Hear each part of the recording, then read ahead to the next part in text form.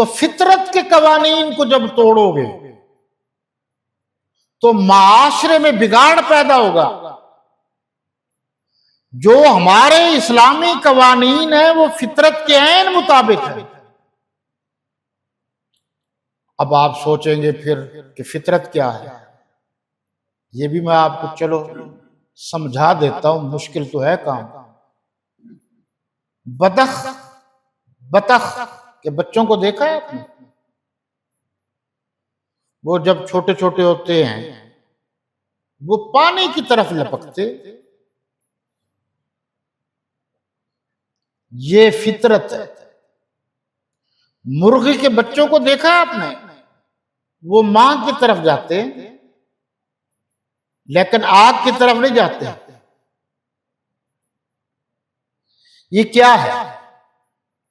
ہم جب کہتے ہیں کہ اللہ اللہ کرنا فطرت ہے، اس بات کا مطلب یہ ہے کہ جس کو ہم کمال سمجھ رہے ہیں یہ کمال نہیں ہے. اللہ اللہ کرنا فطرت میں داخل ہے. جس طریقے سے چھوٹا بچہ جو ہے فطرت میں اللہ نے رکھ دیا ہے اور وہ اپنی ماں کی طرف جہاں وہ پانی میں ہے اس طرف جائے گی، یہ فطرت میں داخل ہے. اللہ اللہ کرنا انسان کی فطرت میں داخل ہے. کمال یہ ہے کہ اللہ کے حقوق میں، اللہ کے کمالات میں، اللہ کی عبادات میں مخلوق میں سے کسی کو شامل نہ کرے. یہ ہے کمال. یہاں انہوں نے لکھا ہے جی لیکن اگر انسان فطری طریقہ چھوڑ کر غیر فطری طریقہ اختیار کرے اور عورتوں کے ساتھ بھی قوم لوط والا عمل کرنے لگے تو یہ حرام ہے. یہ میں نے اس لیے پڑھ کے سنایا کہ بہت سارے لوگ دوسروں کو مغالطہ دیتے رہتے ہیں. یہی بات حضرات شیخ الاسلام مولانا مفتی تقی عثمانی صاحب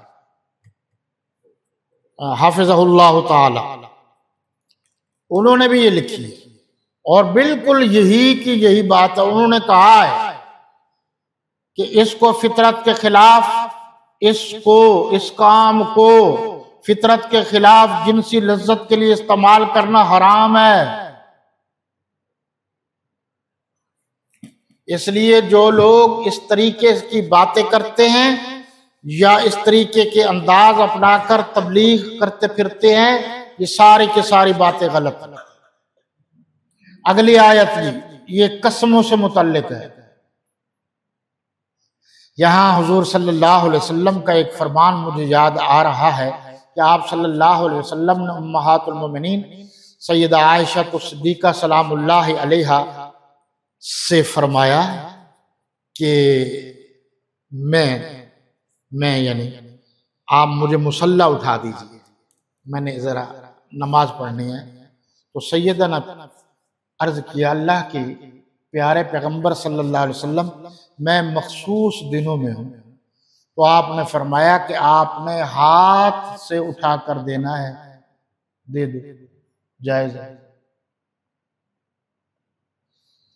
دوسری روایت میں ہے کہ آپ صلی اللہ علیہ وسلم کی جو کھڑکی تھی، ادھر آپ کا حجرہ مبارک تھا، ادھر مسجد نبوی تھی. تو آپ صلی اللہ علیہ وسلم مسجد میں تشریف فرما ہوتے اور اپنا سر اندر کرتے اور سیدہ سے کو حکم دیتے کہ وہ تیل وغیرہ لگا دے یا کنگھا وغیرہ کر دیں. تو ایک مرتبہ انہوں نے فرمایا کہ میں مخصوص ایام میں ہوں. تو آپ نے فرمایا کوئی بات نہیں، یہ سر کا معاملہ ہے، آپ میری خدمت کیجیے. تو ان مخصوص ایام میں عورتوں کو الگ کرنا، نفرت کرنا، یہ اسلام کا حکم نہیں. آگے چلیے جی، یہ قسمیں زیادہ تر بس یوں سمجھ لیجیے جی، قسم ان کی 3 قسمیں ہیں جی. 2 تو فقہا نے لکھی ہیں لغو ہے، فضول ہے. مثلا ایک آدمی کو پتہ چلا کہ میرا دوست لاہور گیا ہوا ہے، تو اس نے قسم اٹھا دی وہ لاہور گیا ہوا ہے، جبکہ حقیقت میں وہ گیا بھی نہیں تھا. تو یہ فضول ہو گئی. اسی طریقے سے اگر کسی نے قسم اٹھائی کہ میں ان کے درمیان صلح نہیں کراؤں گا، صلح کراتے کراتے وہ تھک گیا تو بات کسی نے مانی نہیں، تو تو اس کو غصہ آ گیا، تو اس نے کہا آئندہ میں صلح نہیں کراؤں گا، تو یہ بات بھی غلط ہے۔ با مقصد جو قسم ہے وہ صرف ایک ہی ہے، اور وہ یہ ہے کہ آئندہ آنے والا، کہ اگر یہ کام نہ ہوا میں روزے رکھوں گا، یہ قسم ہے، فلاں ہوا میں روزے رکھوں گا، یہ قسم ہے۔ تو یہ تین قسمیں ہیں جی، تین قسموں میں سے پہلی دو قسموں میں سے اگر اس نے قسم خود بخود کھائی اور توڑ دی تو اس کا کیا حکم ہے جی؟ اس کے لیے جناب والا یہ حکم ہے کہ آپ اس کے کفارہ ادا کریں۔ آپ کے علم میں ہوگا حضرت مستح سورہ نور میں ہے، سیدہ عائشہ رضی اللہ عنہا پر جب الزام کی باری آئی تو وہ خدمت کیا کرتے تھے، انہوں نے خدمت روک دی۔ حضرت ابو دردہ نے بھی فرمایا میرے بہنوئی نے یہ کام کیا ہے، میں آئندہ ان سے بات چیت نہیں کروں گا اور نہ ہی بہن کی صلح ہونے دوں گا۔ تو یہ ساری کے سارے قسمیں انکار کیا گیا کہ یہ درست نہیں۔